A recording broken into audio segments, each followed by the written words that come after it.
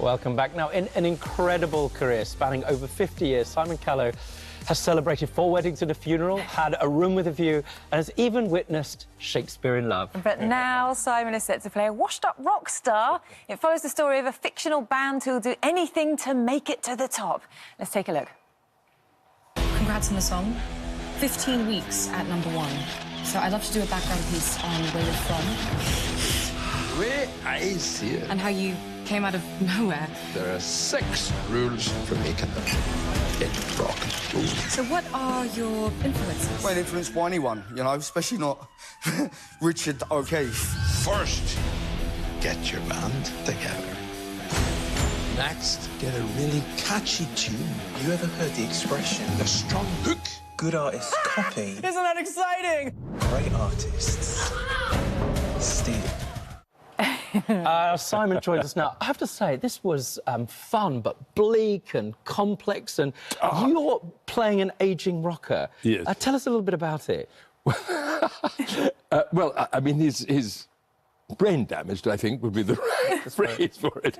But he's obviously been quite a player and all the rest of it, and he's reminiscing about his past.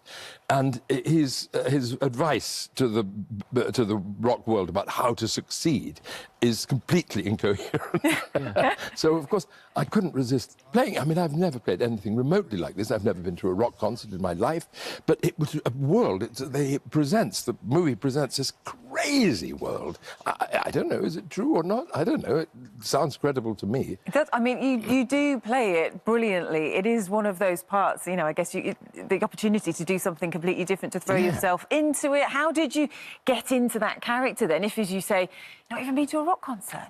Indeed. It's on the page, you know.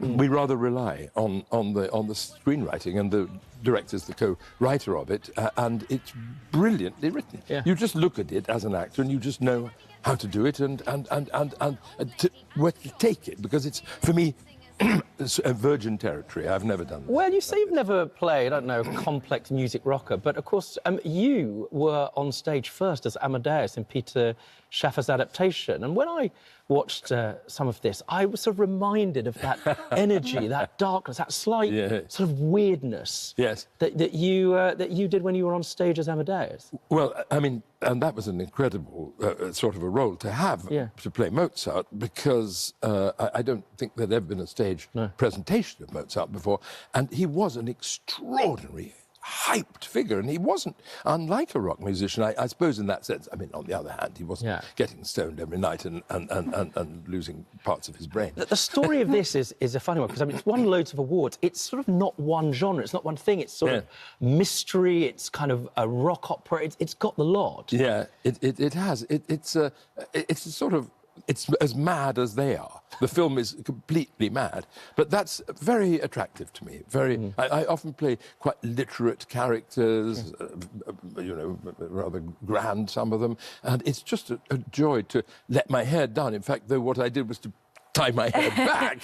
Which is in that one. I liked it very much. I am fascinated by a story that I read about a letter you wrote many years ago to Laurence Olivier, saying what a fan you were of his work. And this is before you even expected to be an actor. Tell us what happened from that one letter, because how different things might have been if you hadn't have written that. That's absolutely true. It is an absolute turning point in my life, because I didn't know what to do with my life at all. I didn't want to go to university. I'd been immersed in books all my youth, and I just wanted to do something, be in the world, but I couldn't think what to do. I thought maybe I wanted to be a barrister, but I realised quickly that was just, I wanted to stand in court saying, I submit to my lord. I didn't realise it took 7 years of training to get there. Hard work. And so on. And so I was at the National Theatre. I was madly in love with the theatre, but had nothing to do with the theatre. It never occurred to me that I might be an actor. It never crossed my mind.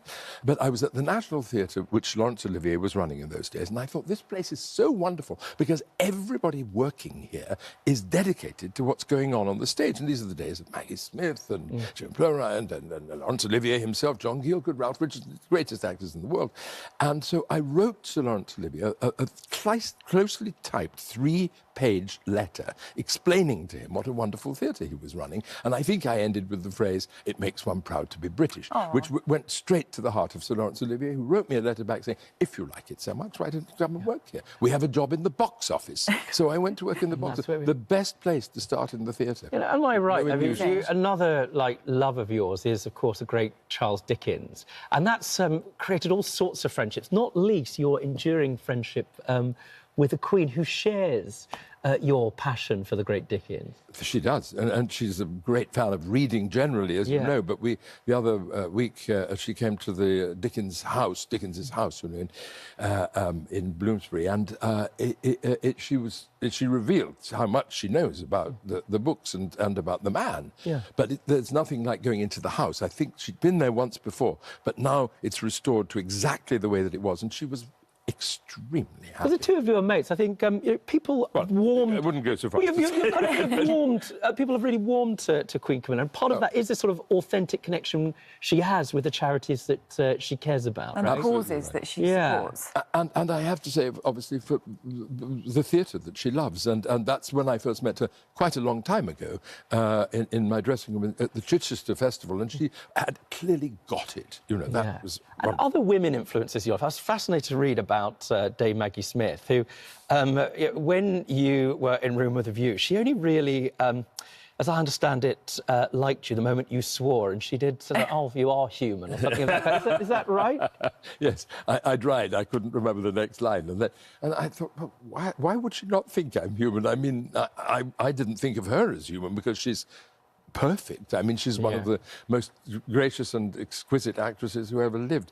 I then later directed her, which was pretty daring of me. Oh, my goodness. That was a big very, very terrifying indeed. But she was the greatest artist. The two greatest artists I ever worked with were Maggie Smith and Paul Schofield. And these great artists, they work in strange ways. You know, they go deep, deep down inside themselves. And then when they emerge, it's wonderful. But during that period that they're in gestation, it's difficult. I can't have you here. I was just going to say, without a quick mention of Four Weddings and a Funeral, of course, which so many people will have seen you in and loved you in. And we hear this story that you almost died from Scottish dancing in real life. Is that true? Well, we did on about the 9th take, yes. I mean, Scottish dancing is dangerous. And I've always said that the film was basically a government health warning against the perils of Scottish dancing. Well, I hope you got paid extra for that. It's a fun and extraordinary film, Murder Ballads. Yes, Murder Ballads. Go and watch it. Thank you very much, Simon Callow, and also your excellent work for the Actors Benevolent Fund as well. Here's Laura with the weather